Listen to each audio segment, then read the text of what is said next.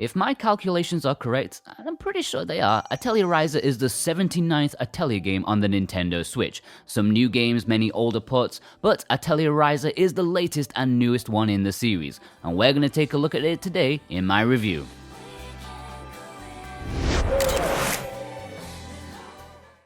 The story for Atelier Ryza starts off simple enough. You, as the titular Ryza, are a farmer's daughter, not content with a boring life of hard manual labor. She wants adventure. She wants to leave this quiet town, and so she coerces her two unlikely friends into an expedition to the mainland. After a brush with danger, she gets saved by an anime dude with an alchemic bomb, and she instantly falls in love. With alchemy, that is. She quickly decides that this is her calling in life.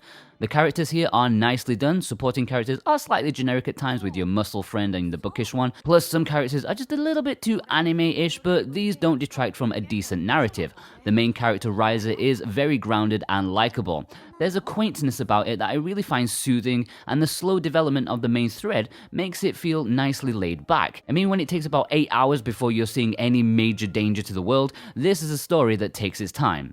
The stories for these Atelier games are never the selling point or the strongest aspects, but you'll still have a nice time going along with the gameplay, and Ryza herself is very, very likable and charming.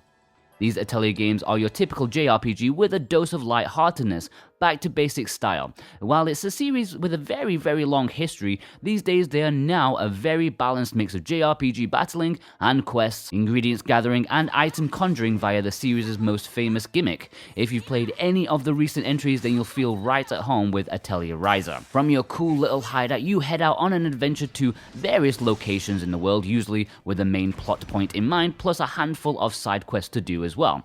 The small but nicely filled adventure locations are teeming with ingredients and monsters in equal measure. The monsters roam the environment, so there are no random battles. If you bump into them, you will initiate a battle. Or you can whack them with your stick or any of your other tools and gain an advantage beforehand. The battle system took me by surprise because the tutorials that present it make it look quite complicated. It's not though.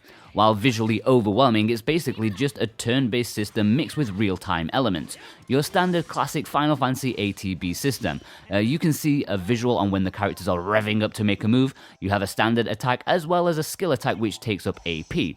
That's pretty basic, but where Ryza sets itself apart from the other games is the tactics level. If you build up enough AP from attacking enemies, you can press the select button to increase your tactics level, which uses up all your points but allows you to add an extra attack to each move. So now if you press attack, your character will attack twice instead of once. Another gimmick is that in order to use items, you need to attach them to crystal cores, limiting you to just a handful of options in battle. I found this slightly confusing in how you go about charging your uses, as you can sacrifice one of them to fill up your usage points, and also equipping them in the field seems impossible. You can only do it in town, which I found rather strange. I think this gimmick could have been implemented slightly better, but overall I think it just looks more complicated than it actually is. The tutorial seemed quite daunting to me at first, and I don't think they did the best job of explaining it. The presentation of the combat isn't great since there are quite a lot of buttons to keep up with for something so simple. Whether switching between characters, changing into an all-out offensive mode, or take a more conservative approach to the battle, making sure you've attached items to your cores, decided whether to increase your tactics level, I don't know. I just think it's more show than substance. Not that I'm saying it's bad by any means, but if this was presented in a more standard way, I wouldn't have thought twice. I think it might have suited the game more if making it slightly more generic. So a bit of give and take, I suppose. When not in battle, you'll be gathering around hundreds of different ingredients from trees, bushes, rocks, flowers, pretty much everything including monsters, and you'll have an overwhelming amount of things on your persons. But not to worry too much about that, because you'll quickly be gobbling them up in alchemic experiments to create most of the items you'll be using in your quest, whether it be your healing items or bombs or even tools to help out with material collection. All of them are created in your cauldron located in your bedroom or later on your very own base. The thing about Ryza is that you won't be buying much of anything aside from perhaps a weapon or two or a missing ingredient. Pretty much everything you use, you'll have to make yourself. The creation process, like the battle system, is tutorialized rather poorly in my opinion, with it almost making it seem more complicated than it actually is. Veterans of the series will feel right at home, I'm sure, and newcomers, you just want to add ingredients into the web-like creation system, which can add effects and even create a whole new item. and try to create the best quality item possible. Again, it's not as complex as it may seem. Once you have a bit of confidence, once you've got your hands on some more recipe books, and once you're allowed to go to town, you'll feel that it's a fine, simple system. Although I do long for something as wacky as Power Stone 2's alchemy type system. Anyone remember that? That was awesome. The thing about these Atelier games is that they are quite slow burners in terms of progress, as mentioned in the story section. Now that the anxiety-inducing time limits of the games are long gone, there's a leisurely pace to do the missions. Often before you can get to the next plot point, you'll have to create something via alchemy, and despite being simple enough procedures, you'll often need to go out of your way to get specific ingredients, and you'll even have to mix a few other things together before you get what you need to do the main experiment. It's a tad long-winded and disjoints the story, but sometimes I like to take my time. Ryza is a different game for a different mood. This is not a game that wants you to rush. And I just want to point out that due to embargo stipulations, I'm not actually allowed to show you past Chapter 4, so if you're wondering why it seems like I'm still quite early on, that would be why. Saying that Chapter 4 is like 10 to 12 hours in the game, so yeah, it's a slow burner.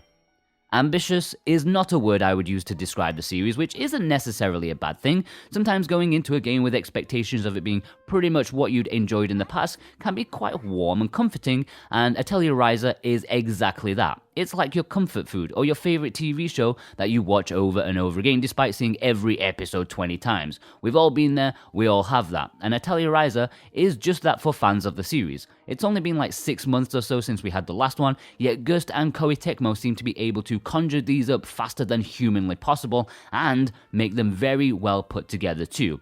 I don't think there's a compromise in quality, only in a lack of evolution.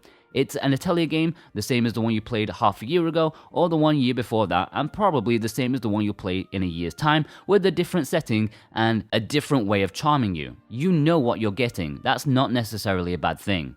Before we get into other aspects of this review, consider subscribing to the channel if you're new. Not only will you get our reviews, but also a weekly series like Best Bargains, as well as all the physical releases coming out week by week. Plus, you'll be in with a chance of winning a Nintendo Switch Lite and Link's Awakening, which we'll be giving away once we hit 50,000 subscribers.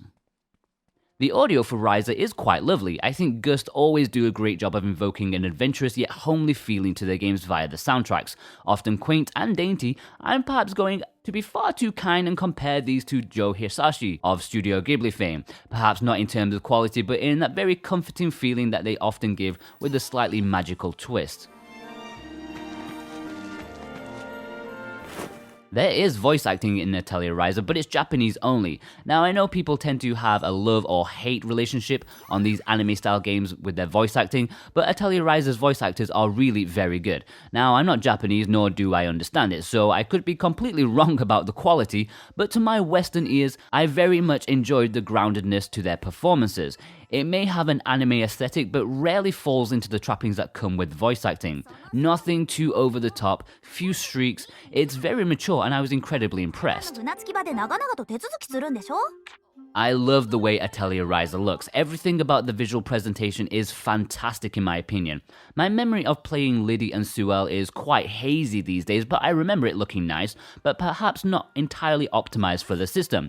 Well, it looks like Gust have cracked it here. The whole game is vibrant and wondrous to look at. From the incredible character models to the wonderfully realized town, the great work on lighting for different times of the day, the shadows especially are very, very good, at least for what this game is. I was regularly impressed with the visuals on offer despite an inherently simplistic look to some aspects.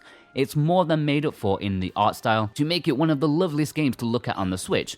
I will say that I was less impressed by some of the character designs, who kind of strayed off into over-the-top anime tropes somewhat, but that's a minor gripe.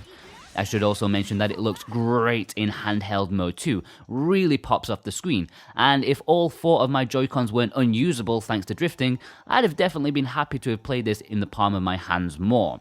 It's worth mentioning that Atelier Ryza only takes up 5GB of storage, which for a brand new third-party AAA JRPG, that's impressively small.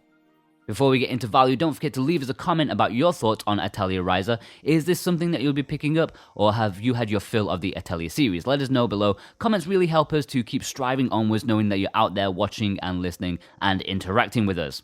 So, Atelier Ryza is priced at $60 in the US, £50 in the UK, and €60 in Europe. That's a fair AAA price for a JRPG that will last you dozens of hours with very solid production values. These are fairly niche games and always come with such a price tag. I think it's worth it, although I would perhaps suggest taking a look at the physical release, which should be a bit cheaper and will come down over time if you're still on the fence. There's a standard edition, but also NIS America are jumping into bed with Koei Tecmo to produce a limited collector's edition of the release on their online store that includes an art book, a little charm, art cards, poster, and a collector's box. Sadly, it's already out of stock. Those NIS America limited stuff don't stay there long, but it doesn't have a soundtrack, so I'm not too sad about that. If you want to buy physically and you also want to support the show at the same time, then consider using the links below that have our affiliates. Each purchase, whether in the UK or US, helps us out massively, so consider that if you're going to buy it anyways.